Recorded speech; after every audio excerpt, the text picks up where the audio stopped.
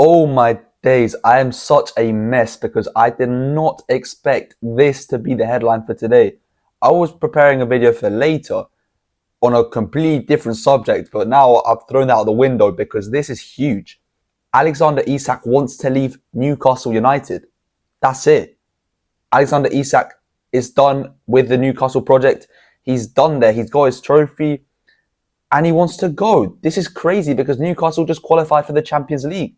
So what is the motive here? We don't know that yet. But what we do know is that the 25-year-old is done in Tyneside. David Ornstein an hour ago tweeted out, Alexander Isak wants to leave Newcastle United, absence from Celtic friendly and Asia tour, 25-year-old's preference. So that's interesting because just a few hours before that, Fabrizio Romano tweeted out saying that Newcastle was stressing that Alexander Isak's absence wasn't transfer related. It was just like a small injury.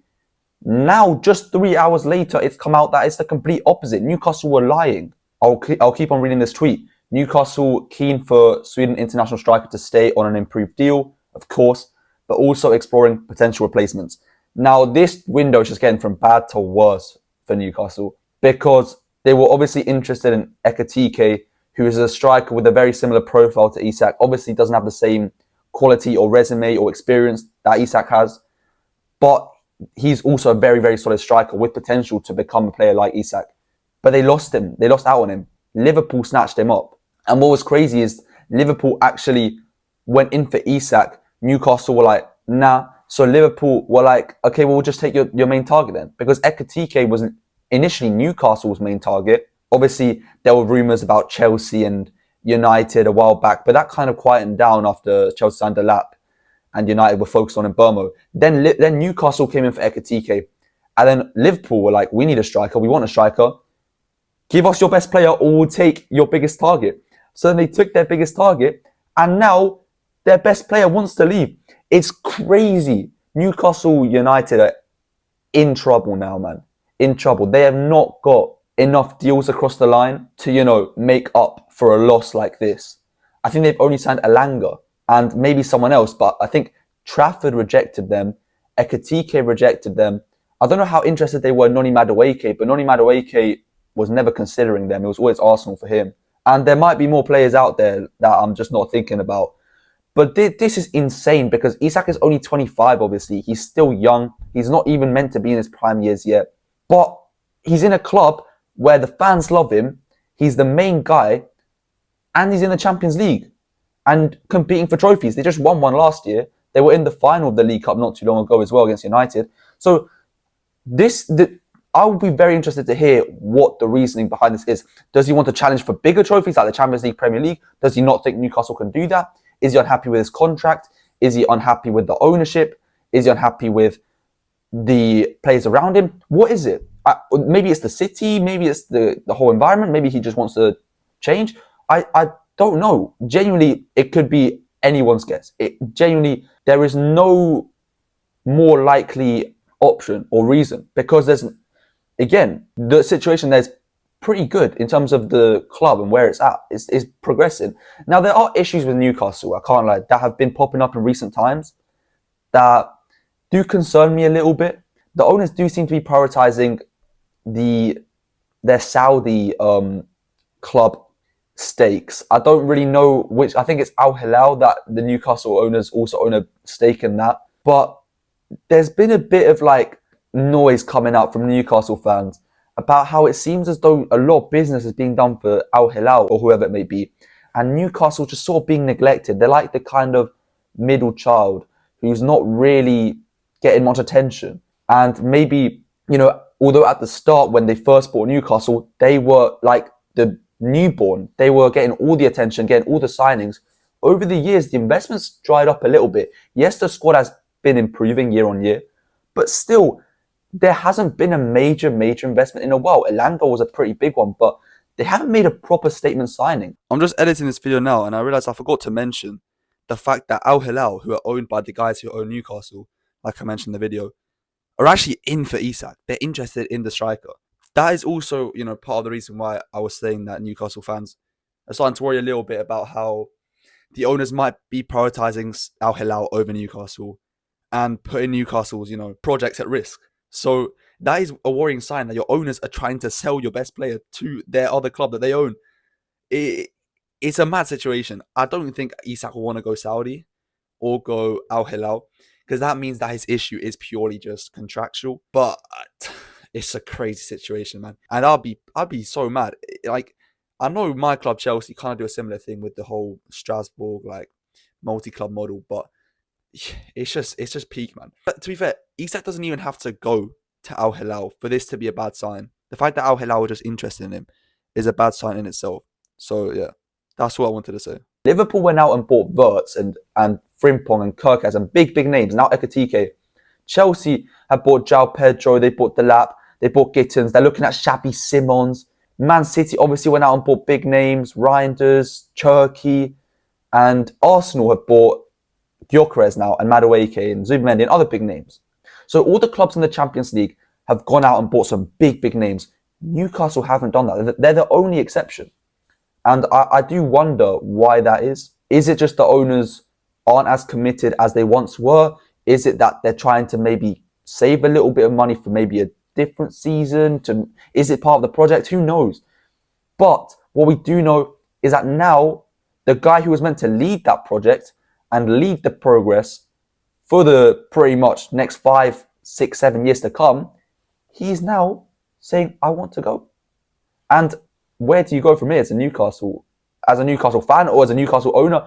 Where do you go from here? Because you can't go and sign Ekitike, who was your main Isak sort of competitor or replacement target, because he's gone to a league rival. So genuinely now, I think the priority shouldn't be to buy an alternative or a replacement. The priority should be, whatever means possible, renew his contract. Give him whatever money he wants, however many years he wants, however many installments and add-ons and bonuses he wants. Just give the guy his money, because you need him. You need him. And look, if Isak's concerns aren't contract related at all, there's not much you can do, and you are going to just have to say goodbye and get your money for him. That's another big concern. The fact that they need to get their money's worth, because this is a £150 million player at least. This for me is the second best striker in the Premier League. At times, in my opinion, he's been better than Haaland. This is a top player who's still very young. So you need to get your money's worth. But again, if any of the concern around Isak is contract related, I have no doubts that Newcastle will be pouncing on that. But I do also have concerns and qualms with that as well, because if it was contract related, why would Isak make this public, or why would it be public, or why would Isak not go on the tour, on the friendly tour, and why would he be absent from the Celtic friendly? So that is, another issue, because I don't think if a player is just wanting a new contract, they would go to these lengths. I think maybe it would be once you've asked 2 or 3 times for a new contract and it's been rejected, maybe then you start picking up a fuss. But I don't think that's happened yet. This has been really out of the blue. Okay, so now the issue is, let's say Isak leaves. Where does he go? And how does he fit into that team? I am going to pull up 3 potential teams that I think in the Premier League he can go for. I'm not really looking at foreign. I haven't really seen interest from Bayern, PSG, Madrid, Barcelona. So I'm going to stick to 3 teams in the Premier League where I think he might go to. First, we've got Manchester United. Now, look, Manchester United obviously are a club who are rebuilding, and they're in the early stages of that. So Isak, if he wants immediate success, he's not really going to be looking at Man United. They've got no Europe next season. They've still got a questionable squad. They've still got a questionable manager. And I don't know if you'll be willing to take that risk. But looking at this front 3 now that I've put up, it looks solid. Now look, I don't think United have a solidified left winger. That was Garnacho. Garnacho is leaving now. I know Cunha can play on the left, but I don't think that's his best position.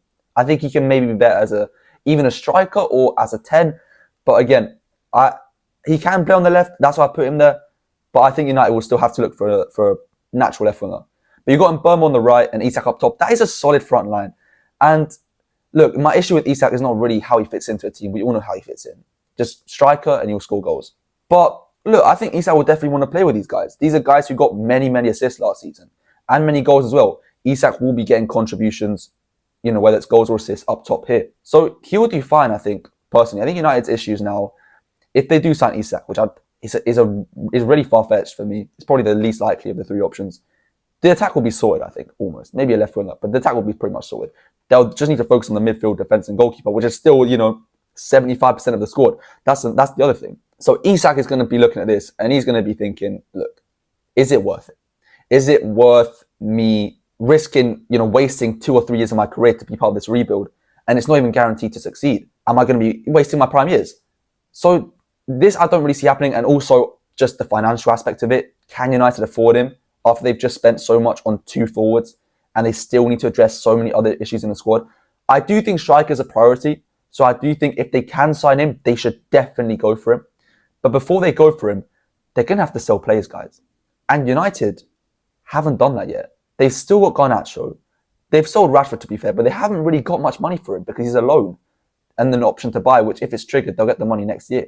But they've still got Garnacho. They've still got Sancho and Anthony. These are guys that they're meant to sell, and we're almost in August. It's August next week, and they're still not gone. They're still there. What's going on? What is going on? If they can't sell their players, how are you going to expect them to negotiate for a player like Isak? I just don't see that happening from the owners and that point of view. And I can't really see it happening from Isak's point of view either. Because does he want to? That's the thing. Does he want to join United? Does he want to be part of this project? No. I think Isak's a striker who's going to want to go to a club to compete now in the Champions League. He hasn't left a club in the Champions League to join a club in mid-table. He hasn't done that. So this I can't really see happening. But it would be a great move for United. I'm not sure it'd be a great move for Isak though. Now the second option is Chelsea. Now look, Chelsea sign everybody. They're interested in everybody. I'm actually my hair's crazy. It's just genuinely I woke up a bit ago. I was just in bed doing some work and I had to just turn my camera on because this was big news. So I apologize for that. But Chelsea, look, I'm a Chelsea fan. I would be gassed with this signing. I don't think we're going to sign him though. Isak, I think, would love this move. I think Isak would look at Chelsea and what they've done in the Club World Cup, what they've done in the Conference League, what they did in the league last season as well at times. And they'll be seeing that, they did just need a striker. Then they're in a spot where, unlike United, although they're rebuilding, they're definitely in the latter stages of that, and they're definitely progressing faster than United are. They've got a better manager. They've got a more solid core. They've got players like Cole Palmer, Neto, now Gittins, players who are going to provide, Enzo Fernandez, many chances for Isak. And I think he would love to play in this squad. In London as well, it's an attractive city. And it's an attractive prospect now playing for Chelsea. Like I said, Champions League. Chelsea have got big expectations for that next season. The Cups, they'll be fine for that. The League, they'll be potentially fine for that. So I think moving to Newcastle to Chelsea would definitely be a step up. Because Chelsea, I think, are looking more ambitious than Newcastle right now, purely just in the transfer window and all this stuff. And I think it would definitely be a good move for Isak. On Chelsea's behalf, I don't see it happening. We're really focused on the Xavi Simons deal, the Hato deal.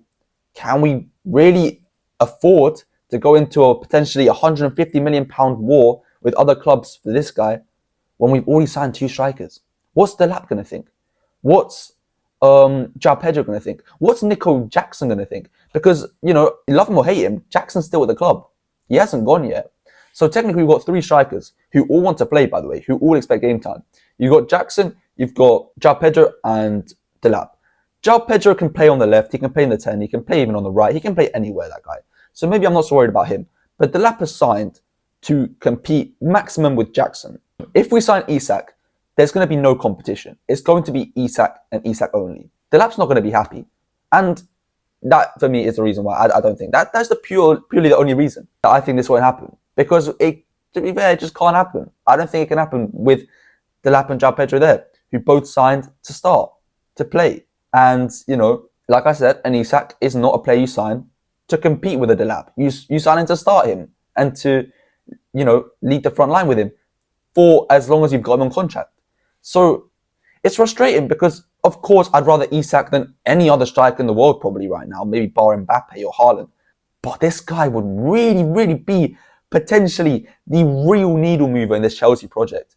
And it's frustrating me. And look, this front 3 that I put up, Neto, Isak, Gittins, it's so interchangeable with Chelsea. You could stick in João Pedro there. You could even put Palmer on the wing. You could put Xavi Simons in there, who we're currently linked with. There's just so many options. And there's probably wingers that I'm forgetting of right now that could probably play there, that I'm not putting in there. But yeah, point is, Chelsea have a stacked squad and a stacked squad of quality up top, especially in the striker and wingers positions.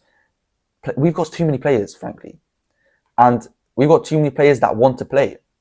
And if we sign Isak, that's just going to add another player who wants to play into a group of talented players who all want to play. And it's going to be tough to manage. I think if we sell Nico Jackson, if we maybe say, look, João Pedro, we're going to play you as a winger or as a 10 or this and that, I can maybe see it happening. I can maybe see Delap compromising. But could I? I don't know. That's the thing. I don't see Delap compromising, man. I don't see him compromising. So that's the thing. Isak would be a great signing. Maybe a front two. Maybe if we want him that bad, we could do a front two. But even then, it's sacrificing a 10 position maybe, or a winger position, or a midfield position. Cole Palmer is going to maybe have to play out of position. And what happens to the wingers? Yeah, it's a crazy situation. I would love Isak at my club. But again, I don't see it happening. This time, more so just from the club side. I think Isak would love this move, but it's not happening, I don't think. Now moving on to the final, and let's be honest, most realistic option. It's Liverpool. These guys are greedy, man. These guys are so gluttonous. It's insane. This window they're having has already been egregious enough. If they get Isak, if they get Alexander Isak, it's so over. This could be worse than the Man City dynasty, man. They just signed Ekitike for like 90 million euros, and they're the favourites to sign Isak. Do you know how crazy that is? Do you know how mental that is? This front line is crazy, man. This front line is insane. And again, probably my biggest issue with this isn't that Isak might not want to join. Isak would love to join. This is probably his biggest option. They just won the Premier League, and they're going to be wanting to win the Champions League and everything for the years to come. He's going to want to play with Salah and Wirtz and these guys. Of course he's going to want to join. Liverpool, though, they just signed Ekitike. Can they really fit him in? And Isak, Ekitike is not signed to Liverpool to be on the bench either. Now, you don't sign a player for 90 million euros to not start them. But maybe Liverpool can play a front two. Maybe they can compromise a winger position because Gakpo is not even really that much of a natural left winger. I mean, he can play there, but he can play also at striker. He can play in attacking midfield. So they can maybe compromise that. And Salah as well. It's just an insane situation, man. Because I do think they're going to sign him now. I do believe they're going to sign him. I don't see another option. I don't see him staying at Newcastle. I don't see him going Chelsea, United, or Arsenal now, obviously, because they got Gyökeres. I don't even include Arsenal. City, they got Haaland. And Spurs, he's not going Spurs. Let's be real. So as long as he doesn't go to a foreign club, it's Liverpool, I think. And this front line is so scary, man. You could even put Wirtz on the left there, and then Ekitike. You throw Ekitike into the mix. It's just that will win everything. That will win everything. And my biggest thing is how can Liverpool afford all this? Is this still the Coutinho money? Like, what is going on, bro? This is insane. This window is insane. It's been unhinged from Liverpool. You don't see this. And Klopp must be pissed. Klopp must be looking at this and be like, you gave me Oxlade-Chamberlain. You guys gave me Xherdan Shaqiri. Yo, this guy's Slot after 1 year, won the league, and he's getting Mamadashvili. He's getting Kirkes. He's getting Frimpong. He's getting Wirtz. He's getting Isak. He's getting Ekitike. There's probably guys that I missed out. It's insane, man. Make it stop. Please. Somebody block this move. Stop it from happening. This cannot be allowed to go through because the safety of English football is at risk. European football. The sake of football is at risk here. I don't know where Liverpool even got this money from, man. They only won the Prem last year. Where did they get this money from? Where? Like, if they signed two strikers in the same window, both for 100 million euros plus, I know Ekitike was just below, but do you know what I mean? 90 million euros plus, both of them. Let alone they signed a attacking midfielder for 100 million euros plus, British transfer record. No, I can't believe this, man. Somebody has to make this stop. PSR. Where's PSR? Someone. I'm bugging out. This is insane. And I think it's going to happen. If I had to give each team a score out of 10, the ones that I've shown, of the likelihood of them signing Isak, United is a 3 out of 10. Chelsea's probably a 5 out of 10. Liverpool's probably an 8 out of 10.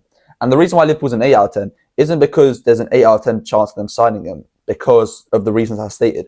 It's more because of the fact that there's no other club that can sign him. it's just Liverpool. So, like I said, unless a PSG comes in, or unless a Real Madrid or Barcelona, which I don't see why any of those teams would come in for him, I think it's just Liverpool. And the thing is, Barcelona could really do with an Isak. Could really do with him, because Lewandowski's aging. That could be the guy. But they don't have the money. They don't have the money, man. If they hadn't spent the 140 million on Coutinho, do you know how different football would be? Because Liverpool wouldn't have had the money to sign all these guys. You know, maybe not the guys they're signing now, but years ago. And that would have obviously stunted their development to stop them signing these guys now. And Barcelona would have also saved the money to sign guys like Isak now. If they hadn't signed Ousmane Dembele, if they hadn't signed Griezmann, those three signings actually messed that club up, man, Barcelona. And I'm going on a bit of a tangent now. But, bro, Barcelona, they've done well to pick themselves back up. But they are still in a pickle. Because here, they should be front runners for a guy like Isak. And I'm not really hearing their name. I do hope they get involved. I do hope another club gets involved, because I don't want this to be a Liverpool only race where it's just like Liverpool have no pressure and they can just negotiate and they can just do whatever they want. I want someone to be pushing them. I want someone to create some fire, because this is one of the best players in the league. And he can't just be allowed to walk to another club in the same league. Like, someone has to make this stop. But anyways, let me know what you guys think about this news. Let me know where you think he should go or will go. Make sure to like and subscribe. This is crazy. And I'll see you in a bit.